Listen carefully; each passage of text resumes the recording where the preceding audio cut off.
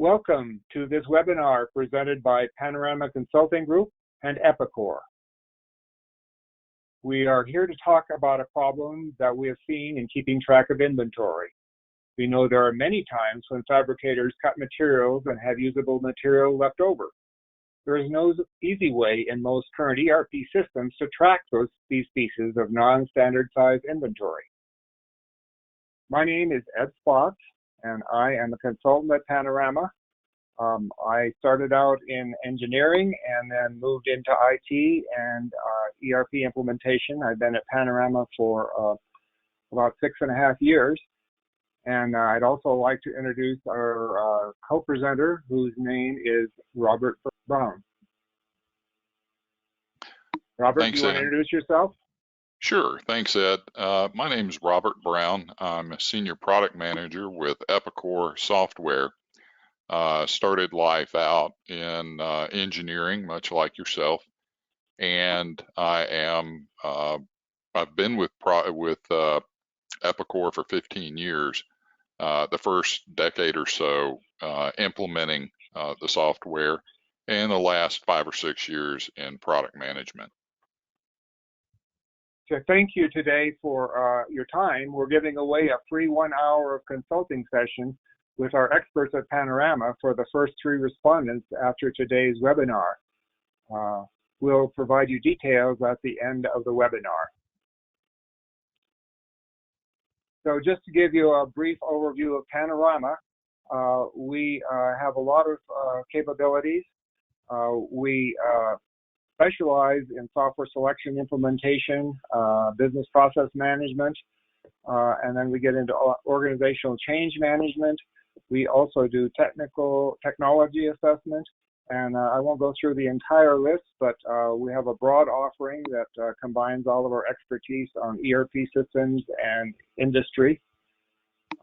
We serve many different markets, manufacturing and many others. Here's just a quick overview of our clients. I don't want to go through all of them or anything, but you can see we have a robust list of people that we have helped. And we also have worked with a large number of software vendors, Epicor being one of them, who we're co-hosting this webinar with, but many, many others. We are vendor agnostic. We don't have any partners. We don't single anybody out as our favorites. We just help our customers select the best application for their business, and then we help them implement along with all the other things that go along with implementations. Robert, would you like to talk a bit about Epicor? Sure. So if you're not familiar with Epicor, we've been providing manufacturing ERP solutions for over 40 years. We have 20,000 plus customers in 150 countries, and are a sizable company, not only in terms of revenue, but investment we make in our employees to drive new innovation for our customers. It's said that the sun never sets on Epicor, and that's true. We have assets and offices around the globe. So both Robert and I have similar histories in a lot of ways, and this image resonates with both of us. And Robert is going to talk to us about the issue that this image represents. Well, Ed, it does resonate with both of us. Obviously, we share an engineering background, and I completely understand the way traditional ERP systems define parts. It's a very narrow definition. It's made of this material, has these dimensions, and would be made in these steps to produce a thing that looked like and conformed to a precise drawing and set of specifications. There are, however, times when a part number needs to be a little more flexible, needs to be a little more forgiving. Sort of like what we see here? Yes, just like what we see here. You have these metal fabricators, for example, that buy standard structural material with a given profile in 1 or more standard lengths. Let's say bar stock at 2 inch by 1.5 inch, stock length of 12 feet.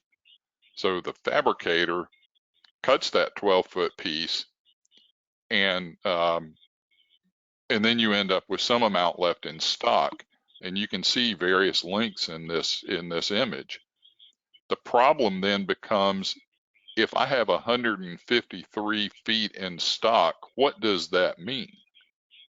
Do I have various length? Do I have 103 1-foot piece, 153 1-foot pieces? I can't tell, because typically ERP is driven only in a single unit of measure. And so being able to see the quantity of the part in stock in the various lengths is very valuable. We see this same sort of problem in the sheet mill industry as well. In this case, you have two dimensions to deal with. You often start with a 4x8 sheet or something like that, and you cut pieces of it off, and now you have both length and width that you need to keep track of. Exactly. The very same problem with having material that's not really scrap size drop, but there's not a good way to deal with it in standard ERP packages. So how are manufacturers dealing with this today with the current ERP systems? Well, Ed, they're dealing with it in a variety of ways.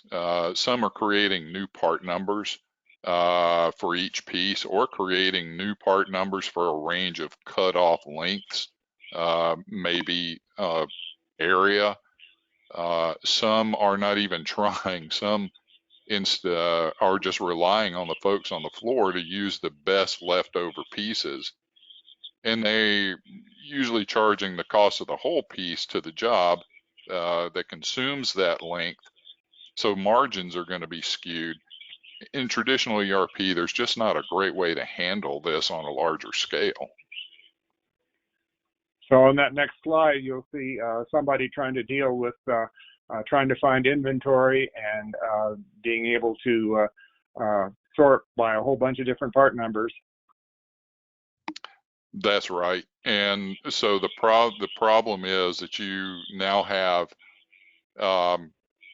people out looking for what they can use, rather than going to a place, picking up what they're going to use, and getting on with their work. So these are just workarounds, and in my experience, the workarounds cause new issues of their own. Can you give some examples of what you've seen? Sure. So a lot of times you have inaccurate inventory planning. So once you lose sight of your stock length quantities, then you have to go out and look and see, do you still have some of those, or are they all cut up in little pieces? If you have part numbers that represent those cutoffs, then you've spent a bunch of time building part numbers, and then you still don't know what you have really, because a lot of times that causes issues with transactional discipline. You have inaccurate inventory usage, because you're consuming an entire piece for a job when you really aren't consuming that whole piece. So now your costs are off. Putaways, you don't know what you're putting back into inventory, and you can't sell what you can't find. In addition, if you're dealing with parts that you buy it by the weight, but you receive by the piece, or you get by the piece, you end up having to do manual inventory calculations, and then your odd dimensions go unused because you're not seeing it. There's no visibility to it in your inventory system. So what did you at Epicor do to deal with this problem? So what I did was think about the part number a little differently. In the raw material stage, there's really no change in the material once it's cut. It's still the same material. So we came up with a thought of adding ways of describing the part and allowing there to be a quantity associated with that part definition extension. We added the ability for the user to describe attributes. that are appropriate for that part, and that the same attribute class can be applied to many different parts as long as that group of attributes would be appropriate for that part.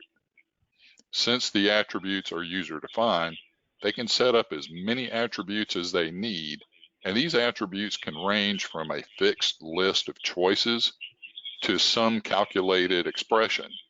The expression builder, as we call it, will allow from very simple to very complex calculations. The upshot of this is that I can now add something like length as an attribute, and I can see how many of that length of that part that I have in stock. Wow, that's really impressive. I can see how this would solve a lot of problems for companies with this type of inventory. Yeah, absolutely. Then once we looked at this notion of being able to calculate an attribute, we thought, why not look at using this to calculate some sort of unit of measure? So with just a little more effort from the engineering group, which by the way is amazing, we added the ability to define dual units of measure. Very clever. So I can see both those units of measure at once. Exactly. Also, one of the other issues in the metal fabrication space is the fact that the bar stock we were talking about earlier, it's usually bought in weight, but we're going to receive some number of pieces or sticks that we typically want to bring into stock. So how is the guy on the floor going to be able to receive those in? The easiest thing to do is to receive in some quantity of that bar stock, but then have the system already know what the bar stock weighs. And so by virtue of the fact that you're receiving in some quantity of this material, I now have a weight that I can use as my inventory valuation. So you can see the number of pieces you have, and you can also see the weight of what you have for a stock valuation point of view. Exactly. And it's way easier to count the number of pieces and then transact that quantity and get the weight automatically. It also keeps the folks on the floor from having to do manual calculations to translate a number of pieces into weight. So you could turn this around and get a delivery weight and calculate the quantity, say a really small plastic molded part. Yeah, absolutely. Just like these things. And the great thing about it is with the expression builder, you could have you could create any of these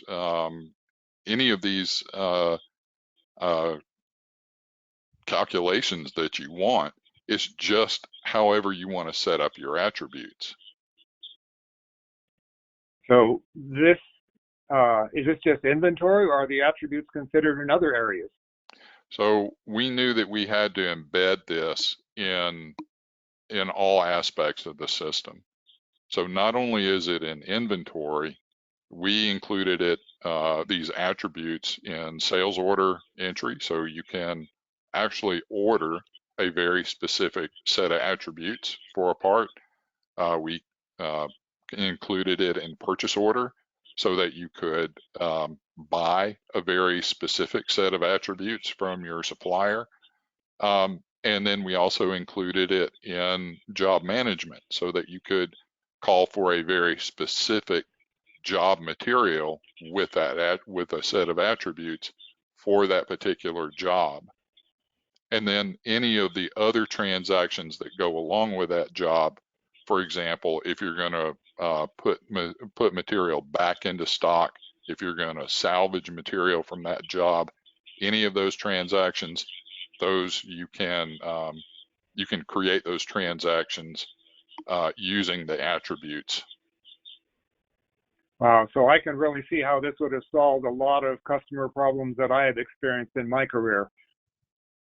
Yeah, I mean, it's it was just sitting out there waiting to be solved. Good job. Well, thank you very much. To qualify for your free 1 hour of consulting with our digital transformation experts, please visit or contact contact us on our website, panoramaconsulting.com.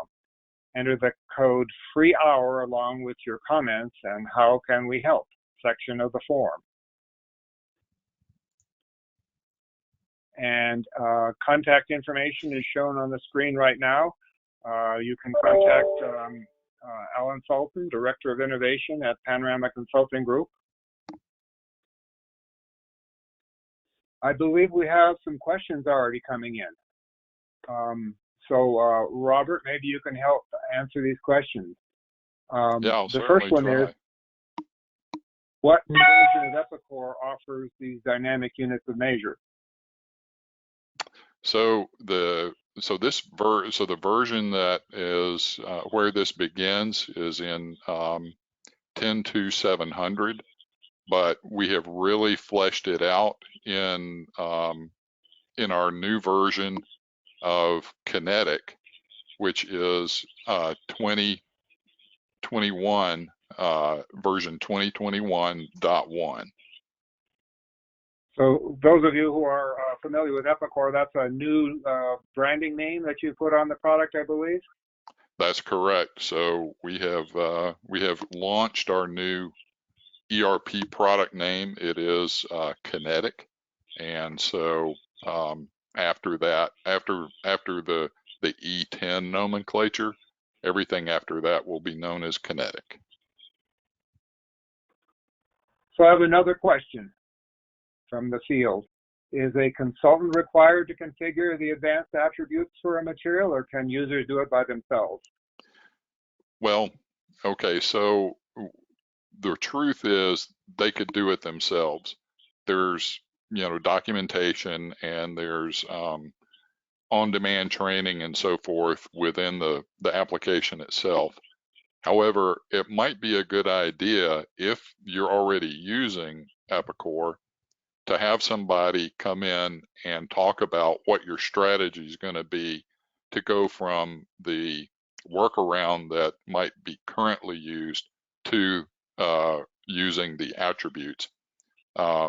With a new implementation, it would just be part of the standard consulting offering. So do the advanced attributes work on mobile devices too? Yes, as a matter of fact, they do. They are available on the Epicor mobile warehouse feature that we have, and it's fully functional there. Okay, well, I think that is our last question. If you want to take advantage of the free offer that Panorama is offering, make sure you note the address here, and that's the code you use.